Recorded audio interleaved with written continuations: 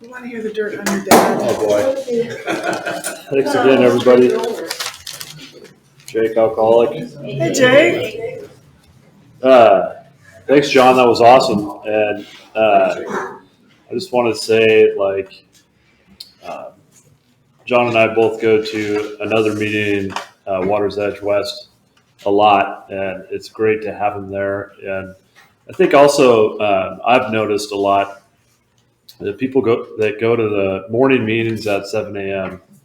have a pretty good chance. I think it sets your day off, can set your day off in a really good trajectory. And I've noticed that a lot of people stick around. So that's pretty cool. All right. So, like I said, Jake, my sobriety date is March 13th, 2017. And that means I have 2,252 days today. I am a day counter. And I was told early on, it's okay to count your days, just make sure your days count. So that's what I do. And I'm usually spot on. So it's something I think about every day. Anyways, I have a sponsor, Pat. Patrick knows that he is my sponsor because of the relationship I have with him and my service position. I always have a service position, but I'll speak about him later. My home group is Water's Edge West. It's a 7 a.m. meeting, and prior to that, it was Empire Way. That was and is a fantastic place, and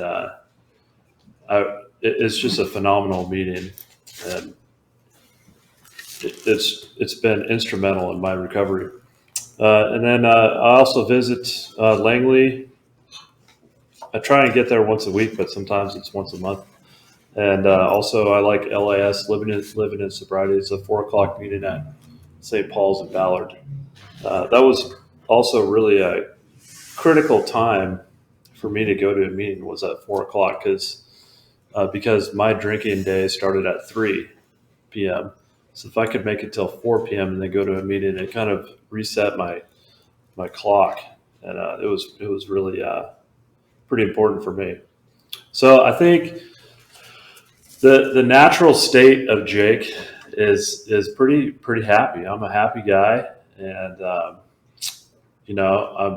can be quiet, but I can also be obnoxious and smart alecky and all that fun stuff and prank and all that stuff.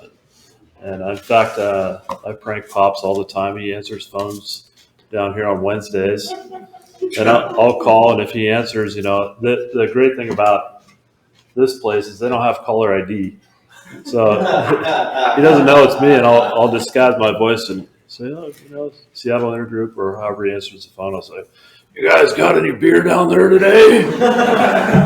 And he just sits there, he doesn't, I don't know if he knows it's me or not, but I have a fun time with him. Yeah, he does now. And then we talk for a minute. It's pretty great.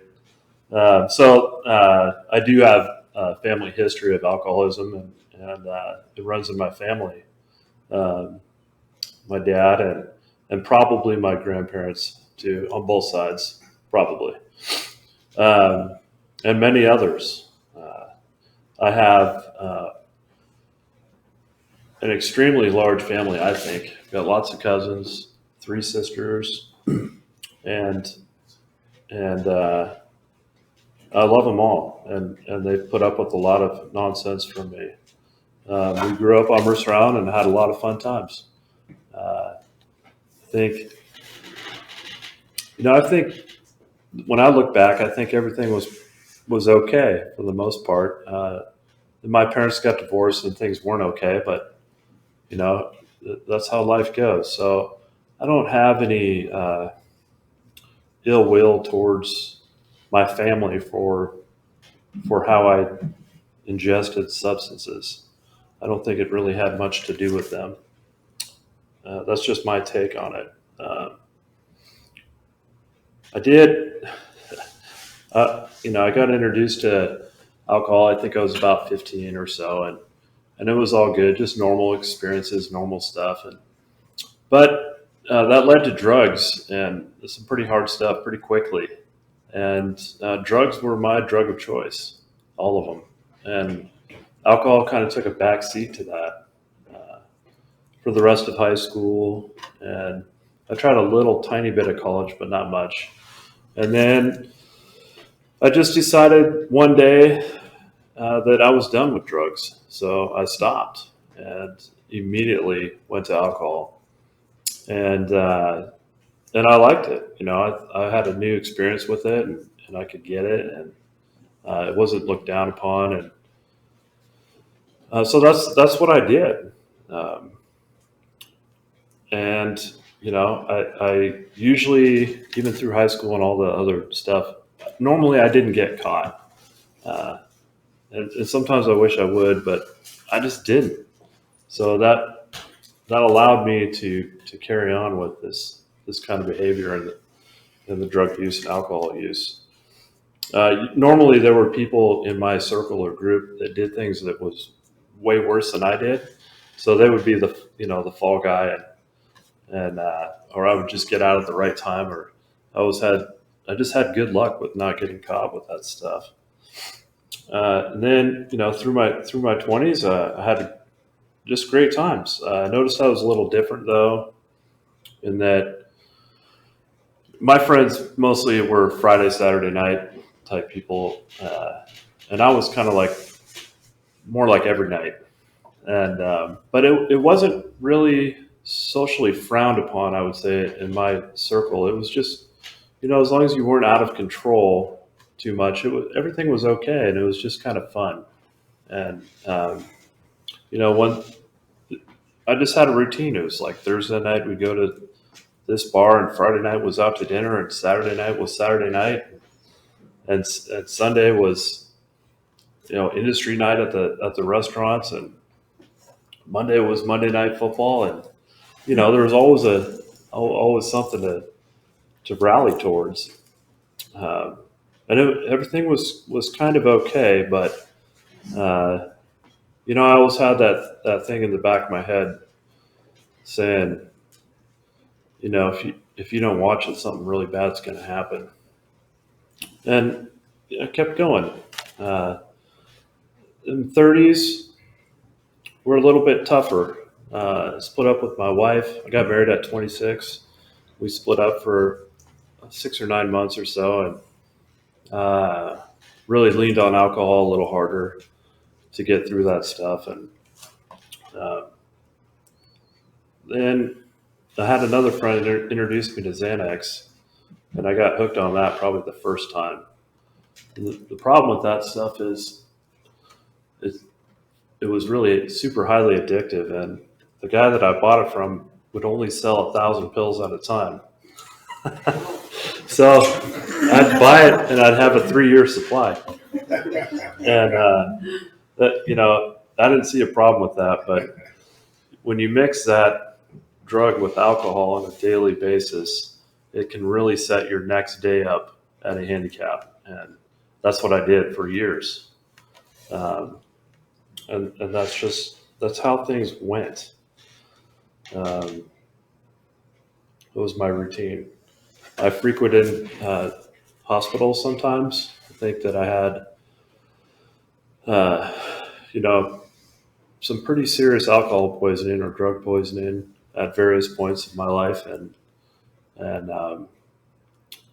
it was kind of scary, and I didn't like it. And my sister would come visit me, and my dad would come visit me, and I actually had people sneak drugs into the hospital when I'm there for drugs. It was just not good. And I can remember getting out of Swedish at noon on a Friday, and by 3 o'clock I was back at the bar. And that's the way that I chose to live my life. It was crazy. It was for sure crazy. Um,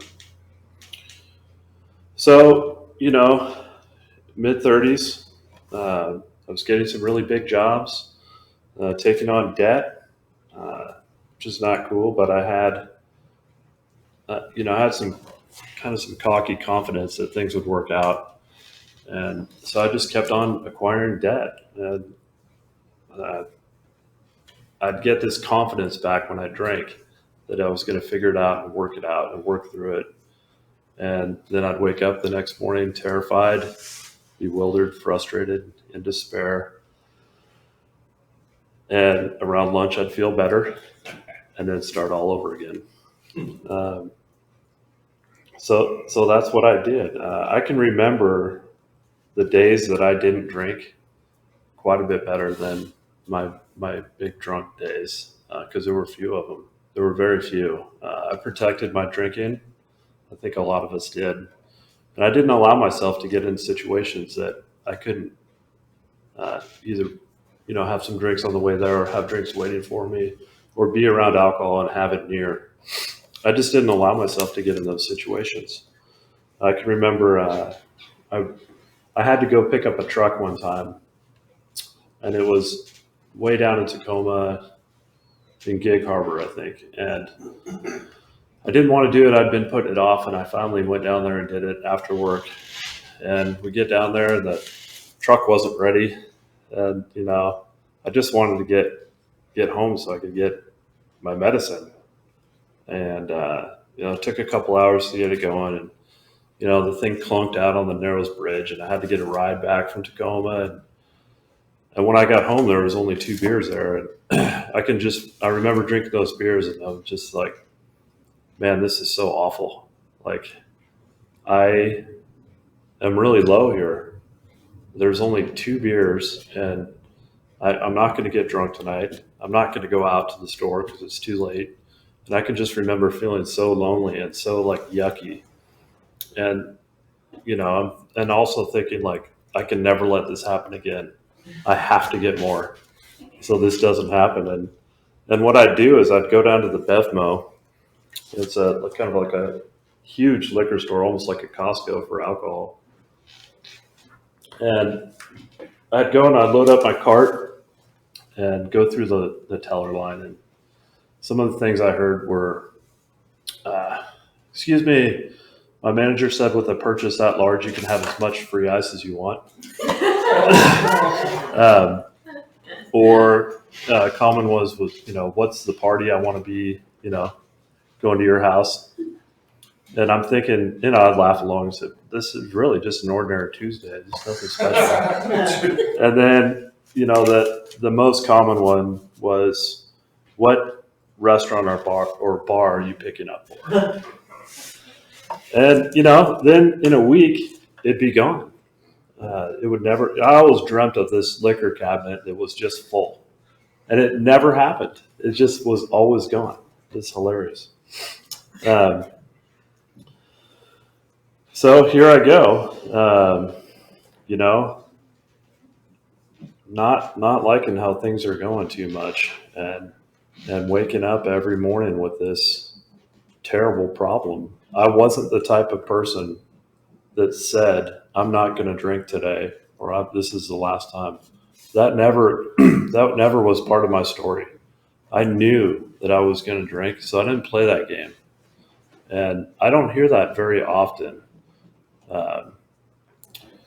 So it's just something that I wasn't willing to come to terms with, of saying I'm going to try and not drink. I just knew I was. And through that process, I'm losing relationships. I'm not going to the family events. My wife and daughter are going to the parties. I'm not going. I'm staying home. There's always an excuse. They're making excuses for me, or I have to work or something else, but I'm just not going. So I'm distancing myself from all of my family. And because I'm protecting my drinking. And Pops, my dad, I can remember a time when I only saw him on Father's Day. And I know he lived up on Whidbey Island, and I didn't even know where. It was crazy. That's just how it was. And even on Father's Day, I was sure there was alcohol around, because that's how I rolled. I just wanted, I think I had to have it. I just did. I had to have it. Total obsession with alcohol.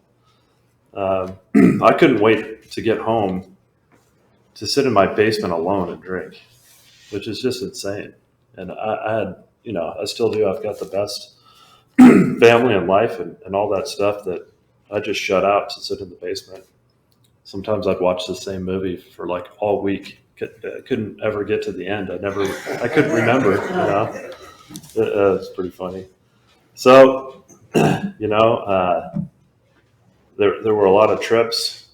My family takes a lot of trips, and I would always either come late or go home early.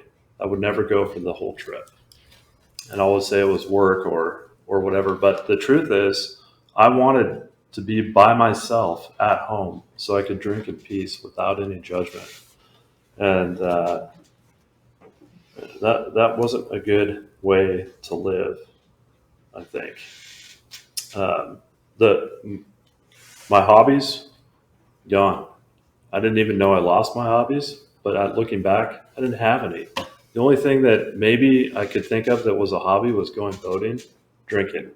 That's really the only thing that I was interested in doing, besides just working, waiting till that. I worked on Ballard Avenue for a long time, and there's a bell tower at the north end of the street.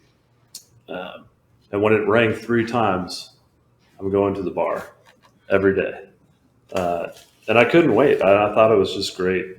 And, that was my life. It's just wait till that damn bell rang 3 times. Um, so, they're starting to get some pretty clear indicators that I'm messing up pretty badly. And the debt is becoming pretty substantial. Can't really escape it too much. I'm, doing a lot of like the shuffling and taking from one job to pay off the last one and crazy accounting. And anyway, so it was suggested to me to see a therapist, which was hilarious because, like some of us, I just lied. And this poor gal, she was in AA and all she wanted was the best for me. And I couldn't tell her the truth. So I was wasting both of our times and um, paying for it and saying to my wife, the therapy is going great, Yeah, it's hilarious. Um, that was pretty funny. But she had a good message, and I did end up listening to it. And I have a lot of respect for her now. Um, and I think so. I'm about 41 at this time, 40 to 41, and I'm starting to think about negotiating the terms of my surrender. And I'm thinking that I'm going to start drinking only on the weekends. And what that looked like for me was every day. But, but then pretty seriously on the weekends. But I'm thinking I also can remember seeing one of my wife's uncles, and I could drink like he could, and he could drink a lot. And he's 25 years older than me. And I'm thinking, if I'm already out drinking this guy, basically, where am I going to be in 25 years? Like, there's just not enough. And it was scary. I was thinking, once again, if I don't change something really bad's going to happen. And I knew too, okay, so going to Ballard Avenue, I live 3 miles away. I still drove every night. Um, I'm going to kill myself or worse, somebody else, and I'll be in prison for the rest of my life. And that's something I thought about almost every single day driving home drunk. And thank God there were no accidents. So not even a close call, which is just a miracle. Had a child, Lily. She's awesome. She's 15. I wasn't there. I wasn't a good dad. I wasn't. I was a good dad, but I wasn't as good for sure as I am now. And Mom took a lot of the parenting responsibilities because I worked, and then I felt like I deserved to drink after work. So.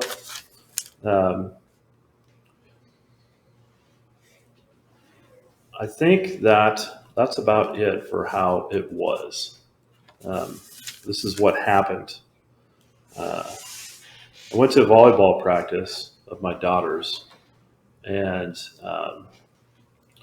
there was a gal there that I knew was in AA, and we started talking, and she says, "How's it going?" I said, "Great. I stopped drinking," which is, I don't even know why I said that. It was not true at all, And she said, "Oh, that's good. You look good, and I'm proud of you." And her, my wife Kelly and I, we go to these meetings, and we'd love to take you to one sometime. And I was like, "Yeah, sure, no problem, man."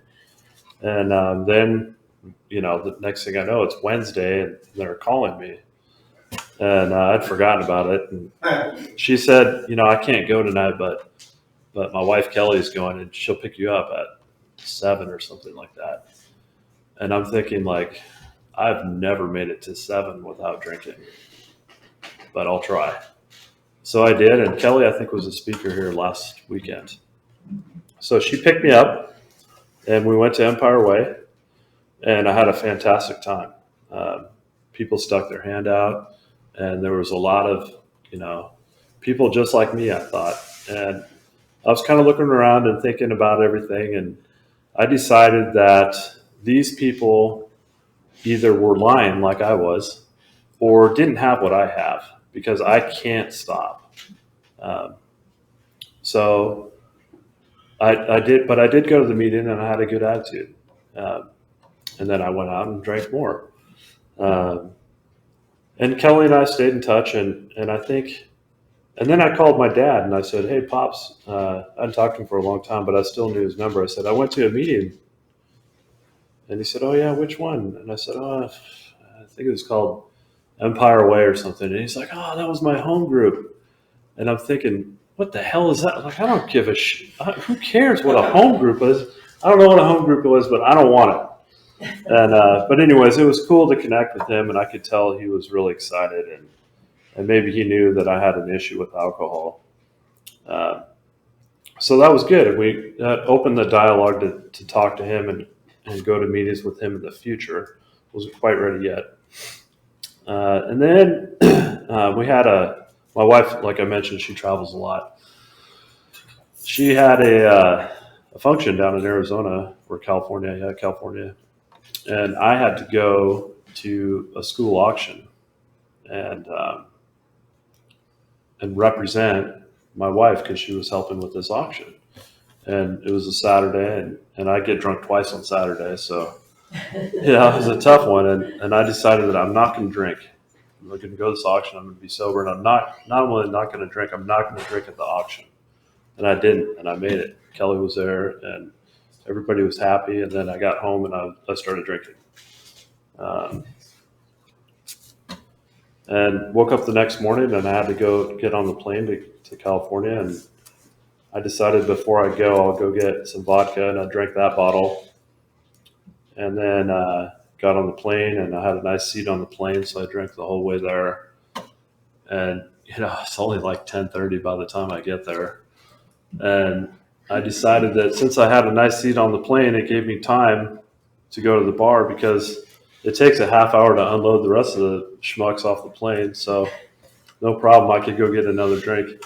And I don't know what happened. It had been a couple of hours, and I finally made it to the baggage claim, and it was pathetic. And I was stumbling, and the police were pissed. And I had to. My wife dropped me off at my mother-in-law's house, and that's not that low of a bottom, but it was for me.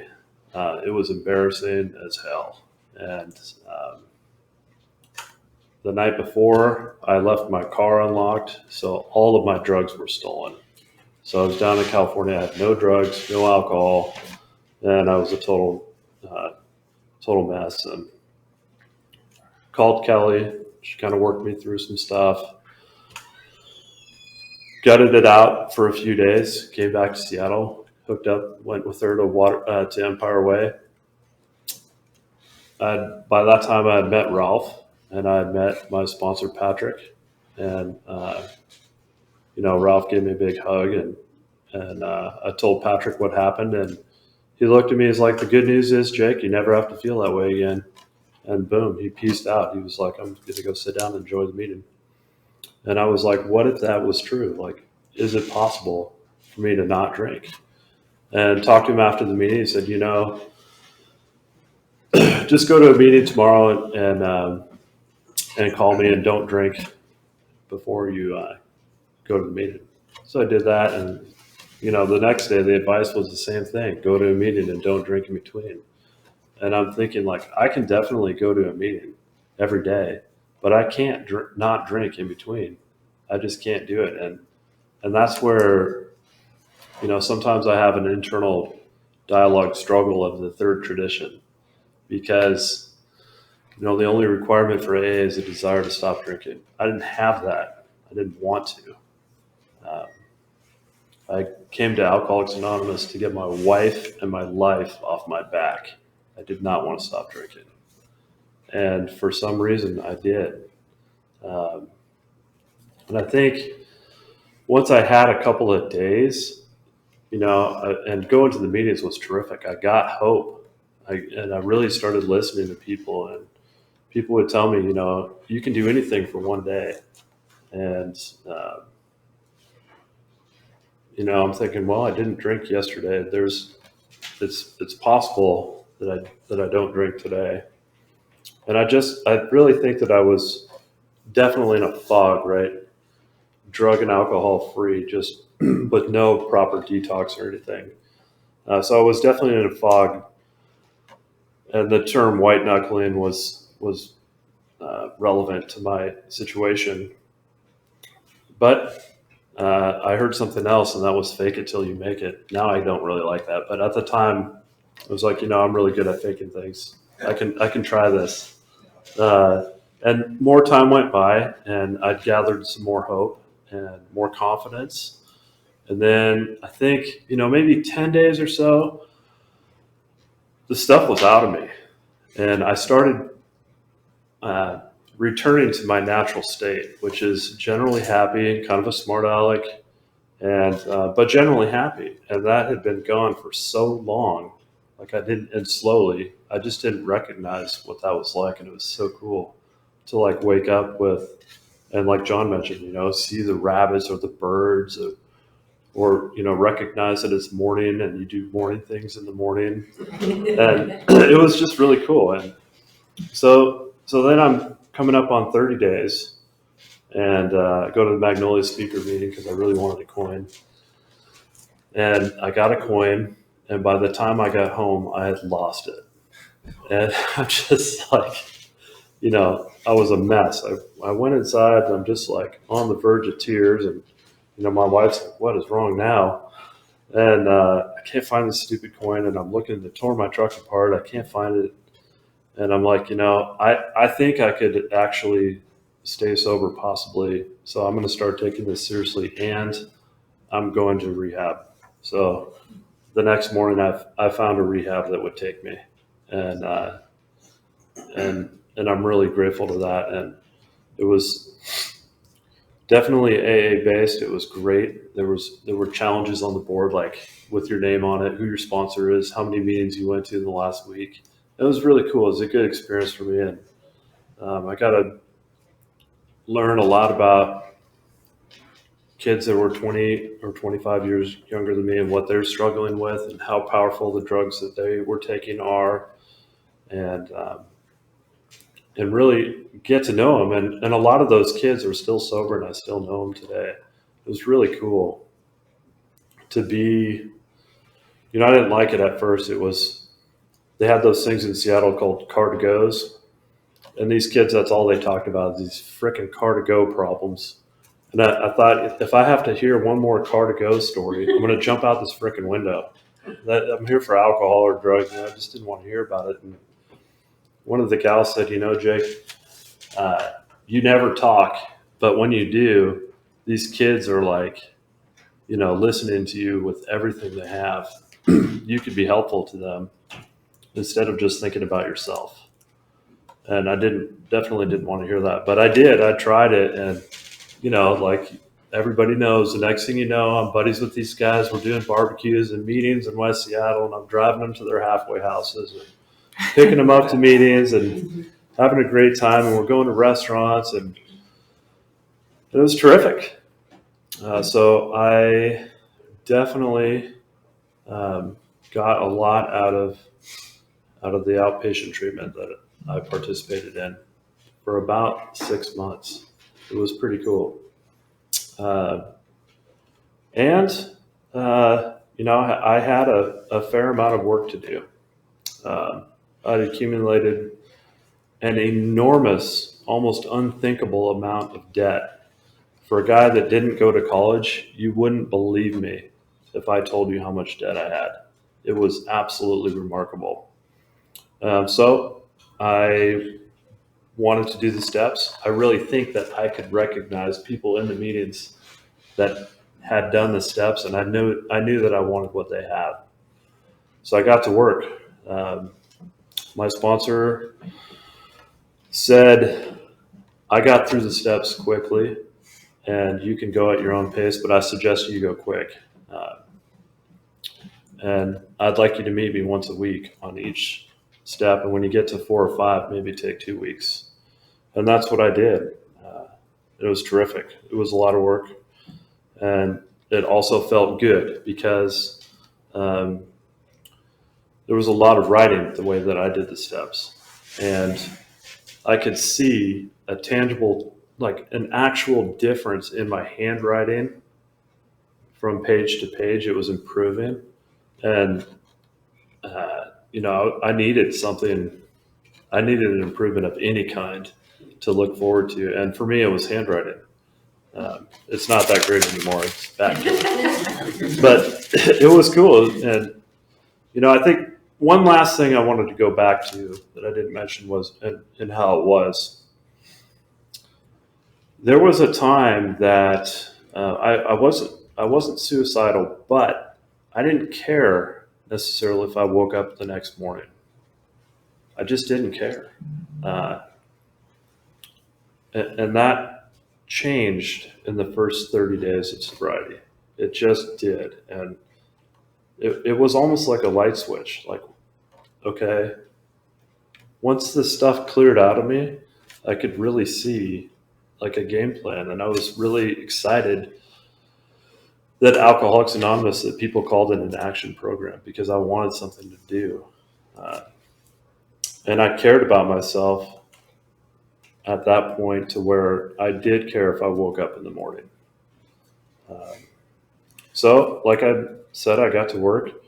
I met with my sponsor once a week, and we review the steps, and he'd tell me everything that you guys have heard. Read the book like your life depends on it. Go to a meeting every day. Don't drink in between. Be of service. Pray. And call another alcoholic or talk to your sponsor every day. So with those 5 things, I was off.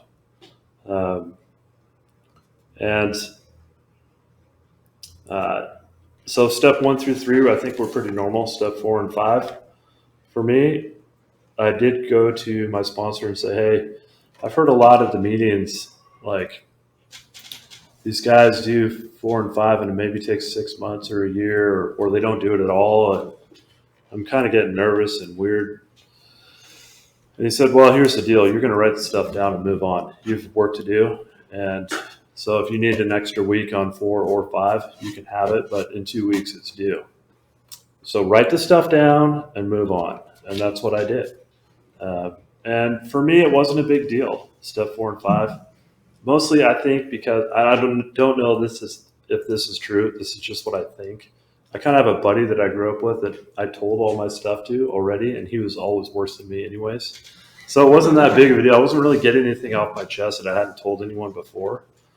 So I didn't get that aha or moment of clarity or the spiritual awakening from 4 and 5. But it was okay. I still felt better. I still felt like I had purpose. I still felt like I was reaching towards something. And my family had noticed that I was making a difference and I was more present. I started to get back to work, and that felt good. Having something to do was always nice. So 6 and 7 I did at Lake Chelan, and it was perfect. I just had a great couple of days up there, and I really got into some meditation space, and it was really neat. So step in 8 and 9, that's where the rubber hit the road for me. When I started making amends, it changed my life probably forever. And like I said, I didn't have a lot going on with my family or friends or work stuff, and I had this incredible amount of debt over me, and I just got to work and made the appointments, started making the financial amends. I think at one time I had 8 or 9 people that I was paying on a weekly basis, with no idea how I was going to make the next week's payments. And people say trust the process, and so I started to. There's a guy, Mike, at my meeting in the morning that says, or no, Carl, uh, faith is a result of results, and I was getting results. So in turn, I got some faith, and it took a while to get caught up with everybody, but I did, and um, the amends process was brilliant for me. It gave me something to do, and almost every time I made an amend, that person or business made plans with me in the future, and that was something new for me, to have plans or make plans. It was so cool. It gave me more stuff to do and more stuff to look forward to. And I really needed something to look forward to, besides, this. Another guy, Mike's different. Mike says, that feeling of impending doom. You know what that is? That's impending doom.